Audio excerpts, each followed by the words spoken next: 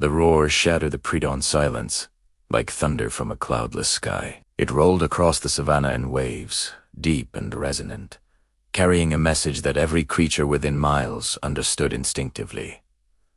This territory belongs to us. Cross at your peril. Before the echo faded, an answering roar erupted from the darkness to the east. Then another from the south. 3 voices declaring ownership of land that could not belong to all of them. 3 prides announcing intentions that could only end one way: in blood. The African savannah appears peaceful from a distance. Golden grass swaying in gentle winds. Acacia trees casting welcome shade. Herds of antelope grazing without apparent concern. But beneath this tranquil surface, invisible lines divide the landscape into territories, defended with lethal force. Where these territories meet, where the boundaries of competing prides converge, the savannah becomes a battlefield. Here, the social bonds that make lion prides formidable hunting units transform into military alliances capable of organized violence. Here, disputes over land. To understand why lions fight, we must first understand what they fight for. Territory represents far more than simple real estate to a lion pride.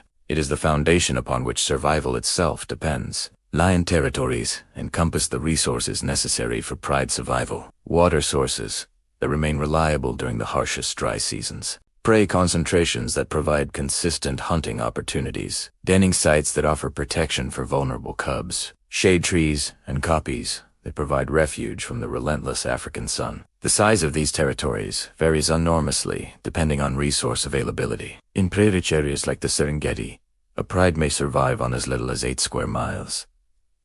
In harsher environments where prey is scattered and water scarce, territories can exceed 150 square miles. The common factor is not size, but sufficiency. Each territory must contain enough resources to sustain the pride through the most challenging conditions it will face. Territorial boundaries are not marked by fences or visible barriers, but by scent and sound. Lions deposit scent markers throughout their territory, rubbing facial glands against vegetation and spraying urine on prominent landmarks. These chemical signals communicate identity, sex, reproductive status, and recency of presence to any lion that encounters them. Roaring serves as acoustic territory advertisement. The deep, resonant calls of male lions can carry for 5 miles across open terrain, announcing presence and warning rivals of the costs of intrusion. Prides roar most frequently near territorial boundaries, where the message matters most. These communication systems reduce the frequency of physical confrontation by allowing lions to assess competitor presence without direct encounter. A fresh scent mark, or a nearby roar,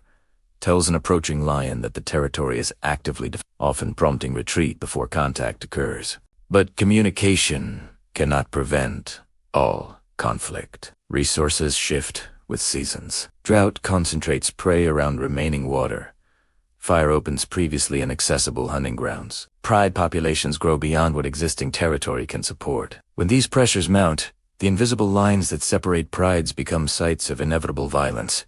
The junction we are examining lies in a region where 3 distinct prides have established adjacent territories. The northern pride traces its lineage back at least 4 generations of documented observation. 7 adult females form its core, all descended from a single matriarch who established this territory over 15 years ago. Their current coalition consists of 2 males, brothers who claimed the pride 3 years past after defeating the previous territorial males in a confrontation that left one defender dead and the other permanently crippled. This pride holds perhaps the most valuable territory of the 3. A permanent spring emerges from rocky ground near the center of their range, providing water even during the most severe droughts. This resource draws prey from surrounding areas, ensuring hunting opportunities when neighboring territories become barren. The eastern pride is smaller but strategically positioned for adult females and a single dominant male-occupied territory that includes a river crossing heavily used during annual migrations. For several weeks each year,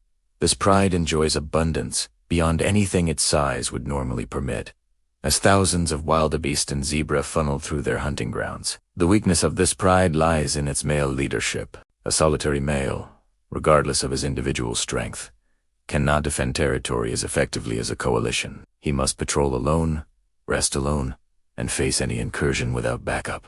His position remains perpetually vulnerable to challenge. The Southern Pride represents the most recent establishment in this region. 3 years ago, a coalition of 4 young males dispersed from their natal pride and began the dangerous process of claiming territory. They encountered resistance from existing prides, losing 1 coalition member to injuries sustained in early confrontations. The 3 survivors eventually carved out a modest territory along the southern margin of the contested zone. Their pride now includes 5 adult females, some acquired through pride takeover and others through recruitment of dispersing females seeking male protection. The coalition's strength in numbers provides defensive advantage, but their territory lacks the water security that the Northern Pride enjoys, and the seasonal abundance that sustains the Eastern Pride. These 3 prides have coexisted uneasily for 3 years. Boundaries have been tested, minor skirmishes have occurred, and the tension has built steadily toward a confrontation that all observers recognize as inevitable.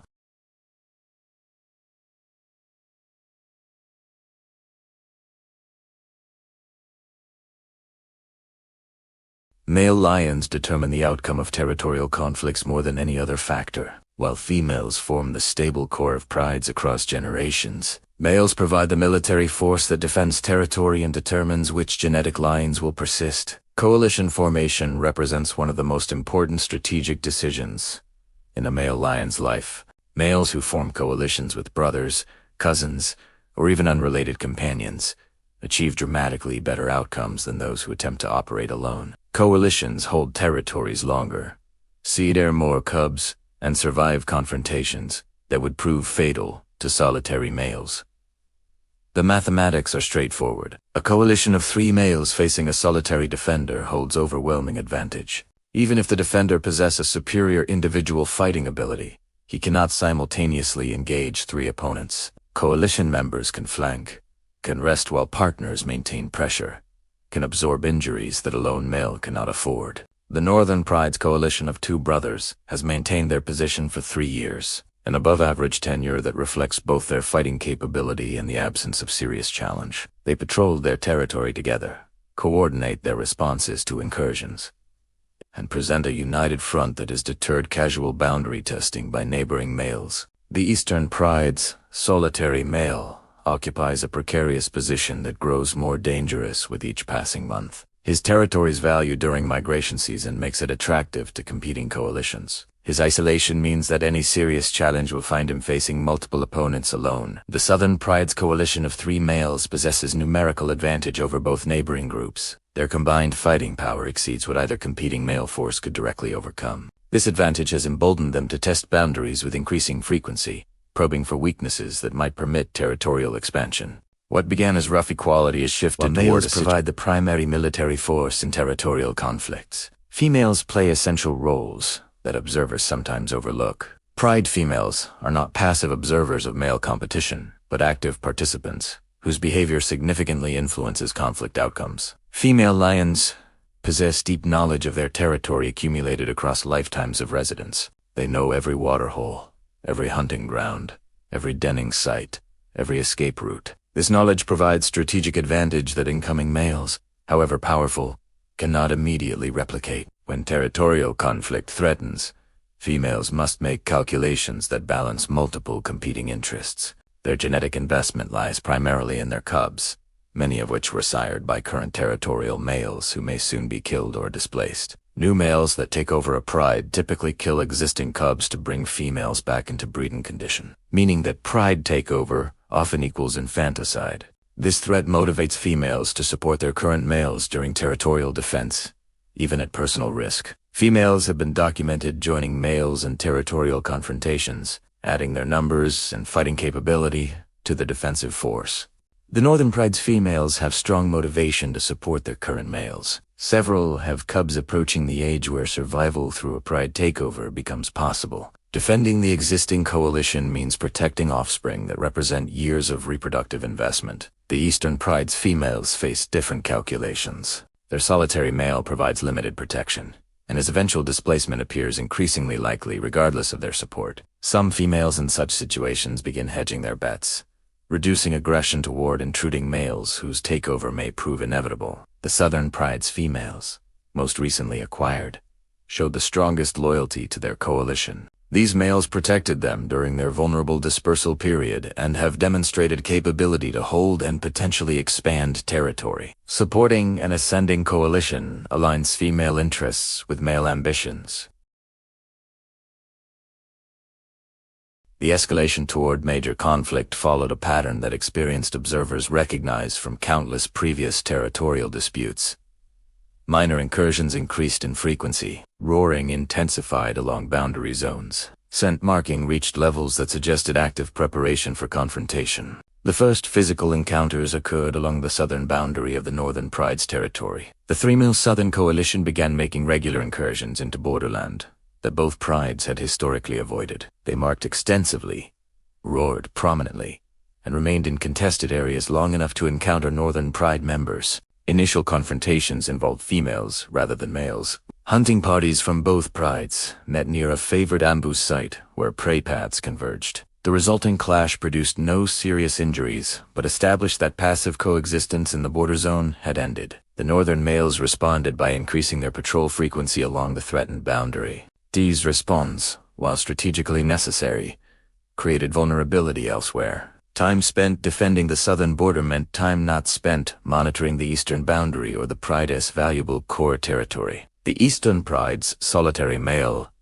observed these developments with what researchers interpreted as increasing anxiety. His roaring frequency declined, perhaps reflecting recognition that drawing attention to himself invited the challenge he could not survive. His patrols contracted toward the center of his territory, ceding peripheral areas that he could no longer confidently defend. The Southern Coalition recognized this weakness. While maintaining pressure on the northern boundary, they began extending patrols into eastern territory as well.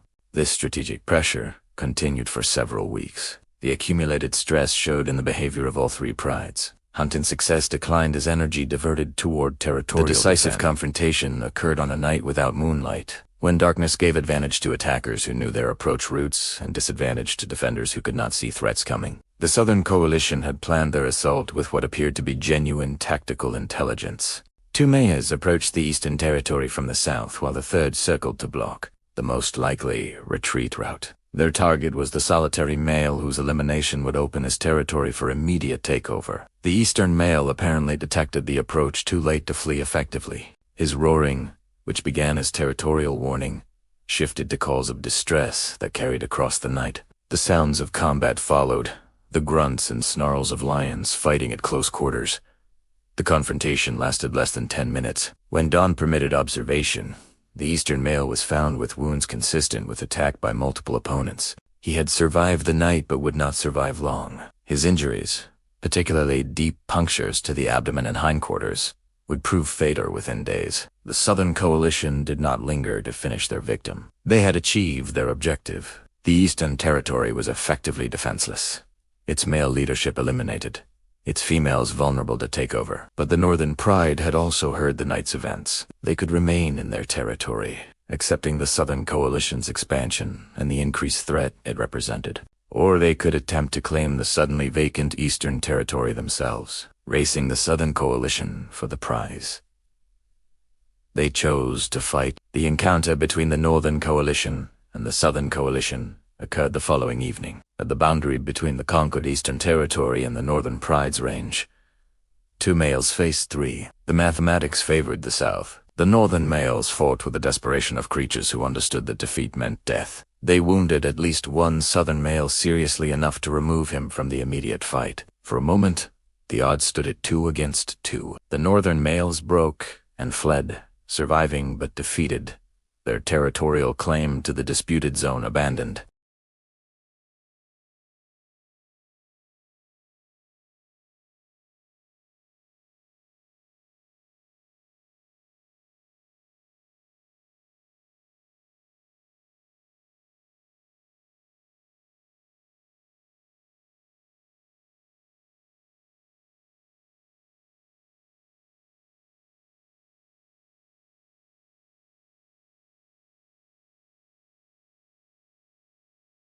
The dust settled over a transformed landscape. Where three prides had maintained uneasy balance, two now remained, and the power between them had shifted decisively. The Southern Coalition claimed the Eastern Territory completely. They killed the cubs they found, as conquering males almost invariably do, and began the process of mating with the available females. Their territory had nearly doubled. Their access to resources had expanded dramatically, and their position had shifted from marginal to dominant. The northern pride survived, but diminished. Their coalition had been wounded and humiliated. Their territorial claims reduced, their access to the contested border zone eliminated. They would need time to recover, and time was precisely what the triumphant Southern coalition might not grant them. The females of all three original prides faced varying fates. The Eastern pride's females submitted to their new masters, their cubs killed, their reproductive cycles reset to serve the conqueror's genetic interests. The northern females maintained their bonds with their defeated males, but faced an uncertain future under weakened protection. The southern females emerged as the clear winners, their males victorious, their territory expanded, their prospects enhanced. The ecological ripple effects extended beyond the lions themselves. Prey species that had learned the patterns of three territorial powers now faced new predation pressure in areas previously lightly hunted. Scavengers that had benefited from predictable kill locations needed to adjust to new patterns. Even vegetation might eventually show effects as changed hunting pressure altered herbivore distribution. One boundary conflict had reshaped an entire ecosystem's power structure. The sun sets over a savanna that looks peaceful once more. The violence of recent weeks has faded into memory. The surviving lions have established new patterns, new territories, new hierarchies that will persist until the next disruption. But the next disruption will come. It always does. The cubs being born to the victorious Southern coalition will grow into adults who must eventually disperse. They will form coalitions of their own and seek territories to conquer. They will challenge the dominant males of future prides, continuing the cycle that their fathers have just completed. The defeated northern males, if they survive their wounds and avoid further conflict, may attempt to come back. Coalitions that lose territorial disputes sometimes recover and try again. Their experience, if not too costly and permanent injury, could serve them in future confrontations. And somewhere beyond the boundaries we have observed, other coalitions are forming. Other prides are growing. Other pressures are building toward future conflicts at future territorial junctions. This violence is not aberration, but essence. Lions have evolved as territorial predators whose survival depends on controlling resources that cannot be shared without cost. The mathematics of competition ensures that conflict remains perpetual, that boundaries remain contested, that blood continues to mark the invisible lines that divide the savanna. There is something terrible in this reality. Lives end in violence. Cubs die at the teeth of incoming males. Entire lineages vanish when territorial defense fails. The peace of the savanna is elusive, maintained only by the constant threat of violence that underlies every interaction. But there is also something honest. The lions hide nothing. They claim what they need with open force. They defend what they have with visible commitment. They lose and die without pretense that the outcome could have been otherwise. This has been Wildlife Rescue Stories. Thank you for joining us at the Blood Border, where the true nature of the African wilderness reveals itself without disguise. The roars will sound again tonight. The territories will be patrolled. The invisible lines will be maintained by creatures willing to kill and die for their existence. And the eternal war will continue, as it has for millions of years, until the last lion falls silent.